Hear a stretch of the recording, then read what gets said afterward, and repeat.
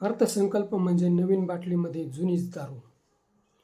सर्वसामान्य लोकांच्या जीवन मरणाच्या प्रश्नांना वाचा फोडण्यासाठी अर्थसंकल्प म्हणजेच बजेट मांडले जाते.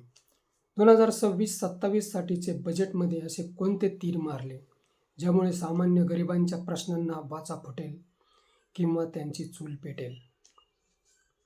स्वर्गीय बाळासाहेब म्हणायचे, अशा बिजेटला मी मानत नाही. तुमच्या मनगटात जोर आहे, कामधंदा करा आणि घडवा आपले भविष्य. सरकारने तुम्हाला पाहून बजेट बनवायला हवे, राजकारण्यांना पाहून नाही. स्वर्गीय बाळासाहेब यांच्या हयातीत लोकांना बजेटमध्ये गृहीत धरले जायचे. बाळासाहेब गेले आणि लोकांना हे बजेट बाहेर फेकले. चप्पल, बूट स्वस्त तुम्ही रोज चुलीवर शिजवता काय? मोबाईल, बॅटरी, गाड्या यांचा गरिबांशी कोठे संबंध येतो? लाज वाटायला हव्यात.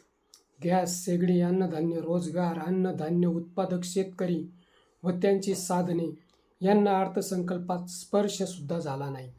मग टाळ्या पेटण्याचे कारण काय? सरकारने व्यापारी आणि उद्योगपतींना समोर ठेवून बजेट मांडले आहे. आरशासमोर उभे राहून त्यांनी ठासून सांगावे, सामान्य माणूस कोणत्या आकड्यावरच्या तरतुदीत बसतो?